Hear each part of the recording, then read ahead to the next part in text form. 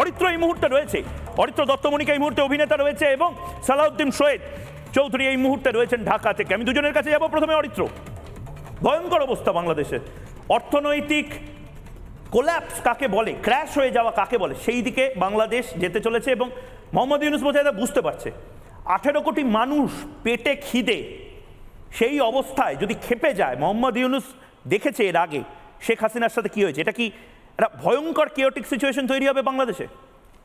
দেখুন, শুধুমাত্র chaotic situation বললে সেটা অনেক লঘু করে বলা হয় বলে আমি মনে করছি।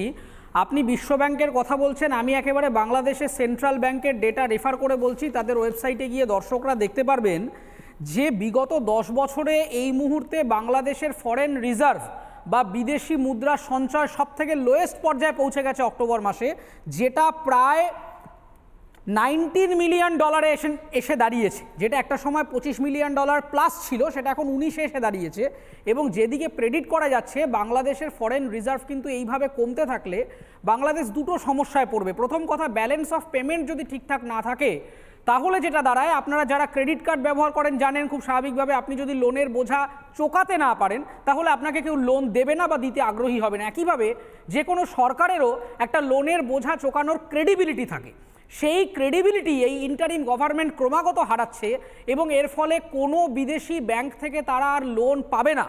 এবং যেই মুহূর্তে এইরকম একটা পরিস্থিতি অ্যারাইজ করবে তখন কিন্তু মহামারী আকার নিতে পারে এই জায়গাটা। এবং একটা অদ্ভুত বদমাইশি করছে ইন্টারিম গভর্নমেন্ট, আমি সেটা স্পেসিফিক্যালি হাইলাইট করব। ইন্টারিম গভর্নমেন্টের সম্পর্কে লেটেস্ট ইনপুট আমার কাছে আছে যে আপনি বলছেন যে সাধারণ মানুষ শুধু খেপে গেছে। আমার কাছে তথ্য আছে যে সাধারণ মানুষ শুধু নয়, মোহাম্মদ ইউনূসের ওপরে এই ইন্টারিম গভর্নমেন্ট বা অ্যাডভাইজারি কমিটির নিজস্ব লোকেরাই খেপে গেছে। এমনকি যে বিএনপির সাথে তার একটা সখ্যতা ছিল, সেই বিএনপির অনেক সিনিয়র লেভেল লিডারদের সাথে মোহাম্মদ ইউনূসের সম্পর্ক এখন আর ভালো নয়। তার কারণ হচ্ছে মোহাম্মদ ইউনূস নিজের ক্ষমতাটা টেকানোর জন্য প্রথমত তার কোনো ক্রেডিবিলিটি নেই। তিনি আজকে এত বড় একটা দেশের শাসনযন্ত্রের চেয়ারে বসেছেন, একেবারেই তার কোনো যোগ্যতা নেই, কিন্তু তিনি বসেছেন। কোনো একটাভাবে অ্যাক্সিডেন্টাল প্রাইম মিনিস্টারের মতো তিনি বসে পড়েছেন। এবার বসে পড়ার পরে যেটা হয়েছে, তিনি ধরাকে সরাজ্ঞান করছেন।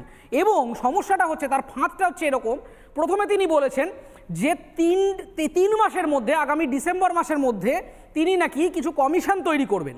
সেই কমিশনের মধ্যে তিনি 6টা প্যারামিটার রেখেছেন। সেই প্যারামিটারগুলোর মধ্যে কান্ট্রির constitution, electoral system, judiciary, police, anti corruption commission এবং পাবলিক অ্যাডমিনিস্ট্রেশন। এই 6টা সেক্টরে রিফরমেশন না হলে তিনি নাকি ভোট করাবেন না, এই রকম একটা কথা তিনি বলেছেন। এবং তিনি একটা আনরিয়াল টার্গেট তৈরি করেছেন ডিসেম্বরে। খুব স্বাভাবিক ব্যাপার, এত বড় বড় 6খানা রিফরমেশন যদি করতে হয় সেটা 6 মাসে হবে না।